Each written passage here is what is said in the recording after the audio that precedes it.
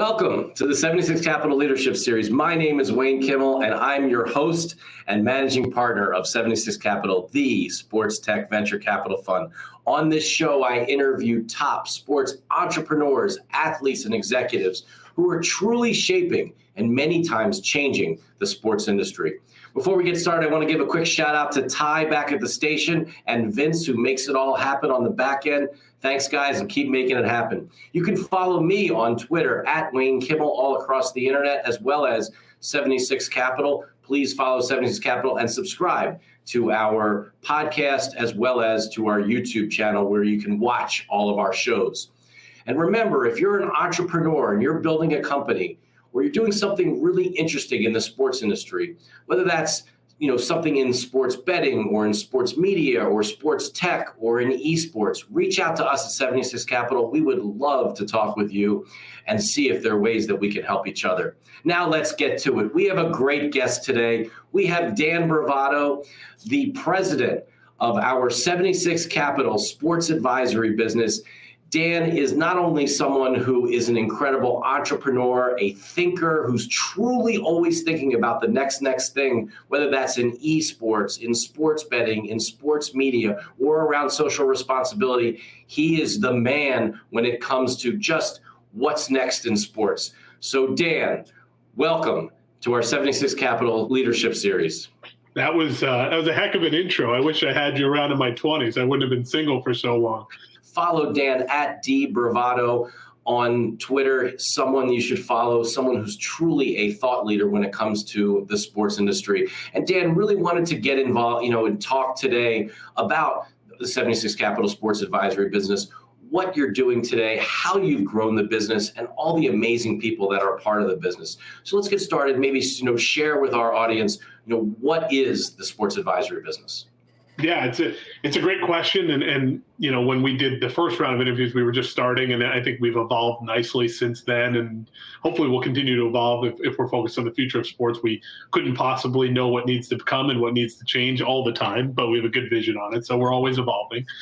So our business, in a nutshell, is essentially consulting in what we consider to be the future of sports. So we focus on esports, sports betting, media streaming, social responsibility, and now we're getting into the NFT and blockchain space. We're building new leagues and teams, and really just focused on kind of taking people through where they may need to go in the next stage of sports. And that's something that we explain to a lot of our clients is basically use us as a cross guard who sits at the intersection of traditional sports and where sports are heading, and let us help you, point you in the right direction, walk you across the street, or take you to your destination, whatever you may need.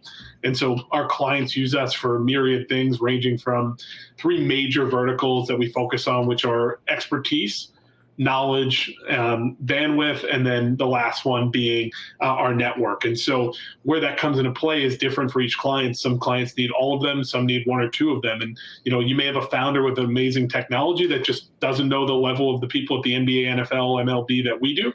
They leverage us for network. There are folks who have an idea or a concept that is either brand new or something that has existed in another world, i.e. the medical world, and they want to get it into sports, and they can leverage our expertise. And that's the second one. And then the last one, being just our bandwidth, where, a lot of these companies have senior leaders or have executives, and they need someone to focus on some of these emerging techs or emerging areas, i.e. sports betting with pro sports teams, which I'll dive into later. And they bring us on for expertise, but also for bandwidth, where we can act as a C-level executive for them in a vertical that they don't have as much familiarity with, versus going and hiring a $200,000, $300,000 executive full time. So those are the main areas where we really help with, but definitely focused on the future of sports. Well, a lot of people ask me, what I like about what we do. And I think my favorite thing that I really like is that every hour of my day, I genuinely mean this, is unique. I may go from a call with, a government that we're trying to lobby for sports betting. I may go to the next call will be with an 18-year-old Fortnite player, and the next call may be with, an executive that's looking to invest in the sports betting world or the tech world. So it's fun and keeps my ADD at bay if I'm able to kind of pivot from hour to hour onto different conversations and, kind of use my brain power and the people that I work with to kind of learn new things and explore new areas. So that's what I love about what I do. So as you'll see, as we talk through these, there will be a wide range of different services that we provide, but always like to be, kind of the experts when it comes to these more nascent topics in the sports industry. A lot of the sports leagues and executives weren't even allowed to talk to each other, right? We weren't allowed to talk to anyone involved in the casino industry, sports betting. And now it's become such an incredibly important part of their overall business and the future of their business. And so my understanding is that you and your team, in many cases, are that bridge. You're able to help make those connections. You're able to bring, help them think about how they're able to do that in their everyday lives, which was something that they weren't even allowed to even think about. God forbid, even walk into a sports book. But now they want to think about having those sports books, those brands, in their arenas, in their stadiums, et cetera.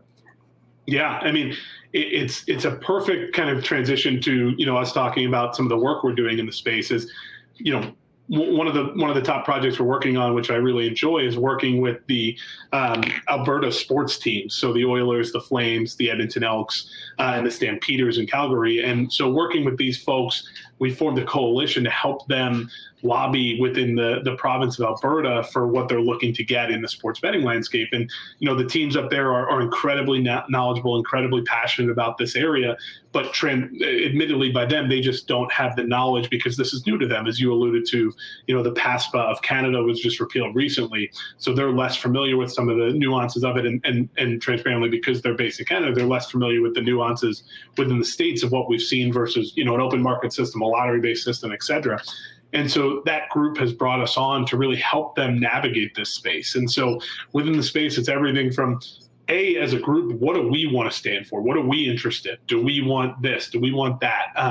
And really helping them think through that and analyzing data that we've seen in the States here of what's most beneficial. Because obviously, what's beneficial for a sports team and a betting operator and the government, a lot of those things are symbiotic from a tax revenue standpoint, because the more revenue you can generate, the more tax revenue you can theoretically generate, which is a win for everybody. And so that's kind of the approach we've taken. And in working with these folks and really helping them navigate the space, we have some amazing people helping out on that project. Randy Bowe, who's a senior advisor for us. Randy wrote the legislation for the DC sportsbook, which was the first in-venue sportsbook in North America, which is amazing. And that was the William Hill sportsbook at the time, now Caesars. And we also have Seth Young, and Seth was the CIO of PointsBet, is now working with us on this project. And when you combine Randy's expertise, Randy's a litigator, an attorney, went with Ted Leonsis from AOL to start Monumental. You bring in Seth, who's from the operator side, has done a lot of the market access, government relations work, and then my knowledge in the sports industry. I think we bring a really compelling package to the table for these individuals and teams, because I speak their language, Randy speaks the legislators and government language, and Seth speaks the operator language. And you pretty much have all your bases covered, and we kind of think creatively and cohesively to figure out what the best approach is for everybody, because we don't see this as a zero-sum game. We want to work with, as confidentially, we're working with some of the operators I won't name, but working with some of the operators and understanding their position and how we can collaborate, because what's good for them is more often good for us. How do we loop that into the government? Because what's good for them is good for the operators and good for us as well. So it's really an amazing project to learn and to grow with them. And hopefully, I assume we're being a helpful resource to the teams, which I think we are, but I hope so. Well, it's really interesting to hear how you go about this and how you put together the right people for the right project. Certainly, I know that, over the last, 14 months or so, as you've been, running the 76 Capital Sports Advisory business, we've had a number of different clients, and in each engagement, you've been able to put together a different group of individuals who have the expertise, who are able to, be able to help that client. How do you go about putting those people together, finding those people, bringing them on to the 76 Capital Sports Advisory team? Yeah, it's a great question, and talking a little bit about myself for once, which I love doing, it took me a really long time to figure out what I'm best at. And it was something I studied and I analyzed, and I talked to my mentors and my previous bosses, and I said, what am I good at? And they said, Dan, you're a people person. And I said, that's great. I make people happy. I can talk to people. But what does that mean for me in business, right? Like, it's great to be able to make people smile, but what does that mean? And it finally dawned on me that I have an ability to talk to people, understand what they're interested in, both at a business level, but also a personal level, and then how to connect people. I think that's the major difference there, and something that I have natively, which I love, and I'm glad that I figured out what it is, because I love what I do every day, is having conversations with people, understanding pretty quickly what their specialty is and what they're interested in, and then saying, hold on, we have a project right here that you could be a really great resource for. And so, I would say I spend about 25% of my time talking to people, and amazing people that Wayne and my network of people have introduced me to, from executives from teams, owners from teams, former professional athletes, current professional athletes. And, my job is to essentially store all of this information and say, you know what, this is a great project for Mary. Great. This is a great project for John, and so forth and so on. And so I think through our networks of getting introduced to people, it's great to know when we can and can't use them. And I think one of the things I tell people all the time is, and if you're listening at home, like, if you personally, or you have people that you think have interesting career paths, set me up with them. I would love to talk with them. I never turn down a conversation. I'll talk to a brick wall, as Wayne can tell you. So talking to people and meeting new people is how I learn who the right people are. And then on the project side, understanding what the client is looking to accomplish, right? We're not your traditional consulting firm that's going to shove Dan in the room for every single project and say, Dan can solve every one of your problems. He's the white knight, because I certainly am not, right? And what we try to do with all of our clients is bring in the right and perfect person for every project. And a lot of firms won't do that. And I think that's what makes us unique, is we're able to leverage our knowledge, but also leverage our network to bring the perfect person each project. So yeah, it's about understanding the client's needs and goals, and then, working through the network of finding the best person for that project. Well, we will certainly make sure that all your contact information and LinkedIn information and et cetera is out there, and make sure you follow Dan Bravato at dbravato on Twitter, and connect with him on LinkedIn. It's someone, if you truly believe you have, what it takes to be able to help some of the different businesses that we work with, or things that you think are really interesting, have a conversation with Dan, reach out to Dan. Truly think that's the way to do it. And we're excited to have you, Dan, on our 76 Capital Leadership Series. It's awesome to have you here, sharing all the things that you do on the sports advisory side of the business. And, you were getting into some of the other projects and things that you're working on today. And I think there's some fascinating things that you've done across all the different sports world. Do you want to talk about some more of those projects? Yeah, I think the Esports Vertical is one. Obviously, that's kind of my agency before joining the team here. So it's something I'm very passionate about. It's obviously Friday, and the new Call of Duty released last night. So I might have some plans this weekend to play a little bit myself. My girlfriend may not be thrilled, but you got to do what you got to do. And so, on the esports side, we have a couple projects that I'm super excited about. I think, X-Rocker Gaming Chairs is one of our clients, and we're their agency of record, helping them with their, NBA team relationships, their esports team relationships, but also working with them on the retail side, who their key partners are, where they're selling the most inventory. And it's a great example of how we were able to sit and become part of their team. And when I say sit, I do mean physically. Chris Yortzos, our head of esports, goes into their office once a week and sits with them and spends time with all of their teams, e-com, their supply chain team, because there's a ton of issues going on there, their marketing team. And with them, it was about figuring out who their core customer is. And that's something that sounds very easy, but it's not as easy as you think. And if you're in this industry, you'll see deals where you kind of look at it and you say, that doesn't really align. Why is, and I say this representing Rocket Mortgage, having formerly worked with them, Rocket Mortgage wouldn't do a deal with Roblox because Roblox's audience is far too young. So if you saw something that you kind of think, wait a minute, selling mortgages to 7-year-old kids doesn't make sense. And so, we really help clients understand where they should be focused and how and why they should be focused there and how to get there. And so with X-Rocker, we've done a lot of work with them with their existing sponsorships. But I've been really, really proud of both Chris and Jack Rankin on our team, who have helped tremendously to build X-Rocker out an influencer marketing strategy. And, that's a word that we see a lot in today's day and age. An influencer can be anything from someone on Instagram to a pro gamer. And what we've done is we've highly targeted a younger demographic, realizing that's who X-Rocker's core audience is, and built an influencer campaign around that games and titles and talent that hit that demographic. And so, we've seen tremendous direct-to-consumer growth for them from these influencers driving through affiliate links, which is something that, is, again, not the most complex thing in the world, but something a lot of the sports industry may not be as familiar with.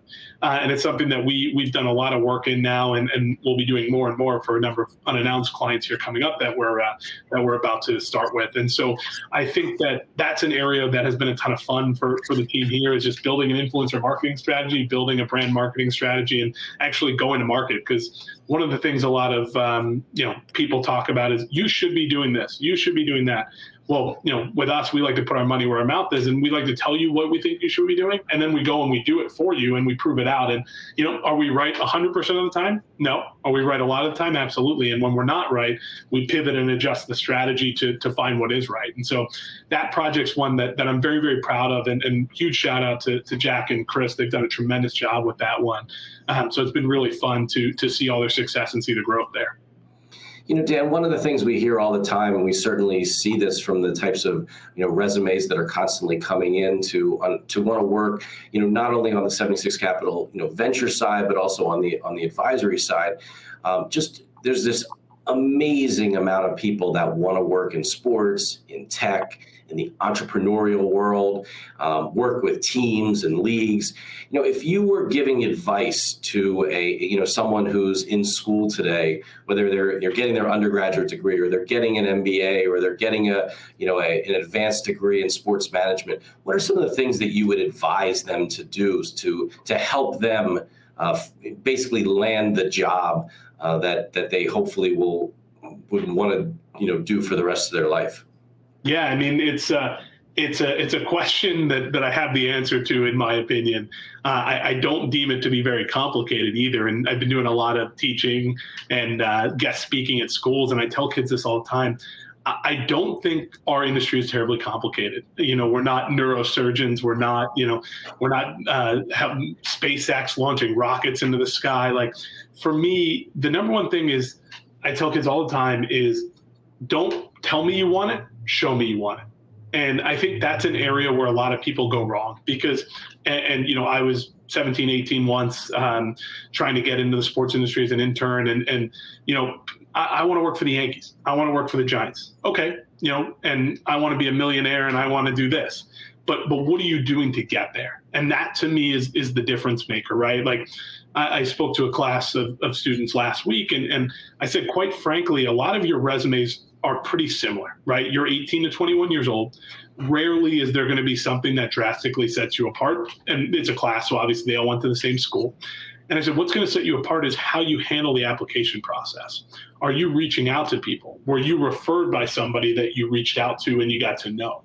And that's something that I harp on quite often is if you want something, go out and get it. And, the beauty of social media and the beauty of the era we live in, if you want to talk to Wayne, if you want to talk to me, send me a LinkedIn. Send Wayne a LinkedIn. Will we answer 100% of the time? Maybe not. But if it's a cohesive, Wayne, this is why I'm reaching out. I've been reading about your new fund and your new investments. I'm interested in learning more about NFT Pro, or et cetera, et cetera. Can we talk about it? To me, that's an email that I'm going to answer. When someone adds me on LinkedIn and says, hi, I'd love to chat, maybe I'll chat with you. But tell me why you want to chat with me. Explain to me what the benefit is. Am I here to help you? Do you want to help me? And kind of walk through that. And, you may get ignored, but if you keep shooting, someone's going to answer, and that person might refer you for a job that you're going to need down the road. So I think showing people that you want it is really important. One of the last anecdotes I'll share is, I'm a big believer as we've grown this company, and I had the conversation with one of our team members this morning who's an intern. I said, I can teach you anything you're going to need to know about this space, or our team can, whether that's sports betting. I can teach you what handle is. I can teach you what hold is. I can teach you what, in esports, why we use PlayStation instead of Xbox in this scenario versus PC. That's all teachable. It's not hard either. What I can't teach you is to want to learn it. And that's something that I think our team does really, really well, is they want to learn that, right? And that's something that's very different. People come to me and they say, well, I don't know the sports betting industry as well as you're going to need me to know. And that's okay. The fact that you're following up with me and having conversations with me, that's what's important, because you can read and you can learn this stuff, but I can't teach you how to do that. So that's something that I think is really important.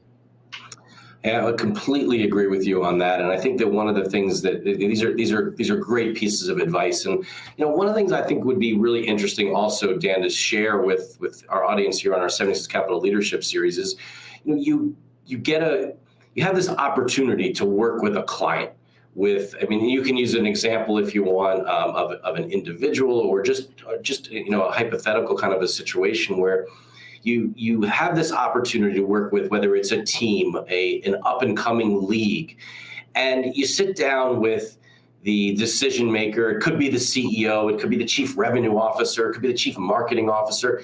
And how do you figure out what the right project would be, or how you can help them? What's the sort of process on your side of the table as you're thinking through the relationship that you're about to potentially have with that client?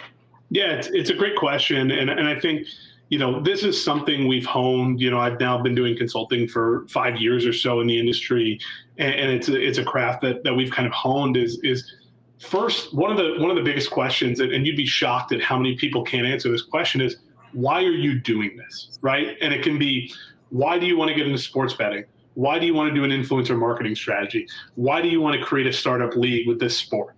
And that, to me, should be the first question you ask yourself, is what is the purpose of this? Is it to generate revenue? Is it because I'm a big believer in this sport and I want to give it a chance? Is it because I want to give underserved kids the opportunity to game?